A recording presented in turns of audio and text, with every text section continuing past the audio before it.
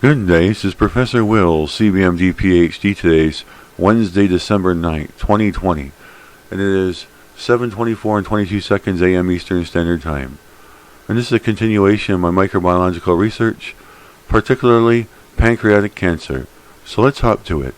Disrupting the cellular process that promotes pancreatic cancer's deadly growth.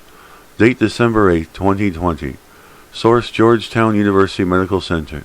Summary. Researchers say they've identified a way to disrupt the process that promotes the growth of pancreatic cancers, one of the most difficult and deadly cancers to treat. Pancreatic cancer is on course to be the second leading cause of cancer-related death in the country, according to the American Cancer Society. With most people surviving less than a year after diagnosis, therapies approved to treat the cancer are poorly effective and extend survival by only a few months. One of the hallmarks of the disease is a buildup of scar tissue called fibrosis, in which the cancer-associated fibroblasts, CAF, that trigger fibrosis serve as a tricky dual role. Depletion of CAF is just as likely to promote as inhibit pancreatic cancer.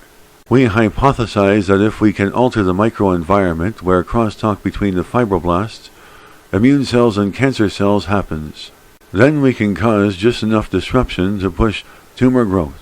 To do that, the team focused on adhesion molecule cadherin 11, CDH11, which is expressed by CAFs in the pancreatic tumor environment, and has been associated with other fibrotic disorders, where it is expressed by activated fibroblasts. They examined inhibiting CDH11 in tumors growing in mice. Research hypothesis turned out correct.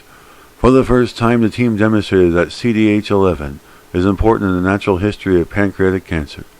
Knocking out the ability of mice to produce CDH11 reduced the growth of pancreatic tumors, increased the tumor's response to a common chemotherapy called gemcitabine, reversed immunosuppression, and significantly extended the survival of mice. Separately, we have identified a drug that can inhibit CDH11. This drug also inhibited the growth of pancreatic tumors, and taken together with our earlier work, this finding warrants study in human clinical trials for people with pancreatic cancer whose tumors express CDH11. Good day, this is Professor Will, CBMD PhD on microbiology, computer science, and bioinformatics. Well, hope you enjoyed listening. Until next time, have a great day.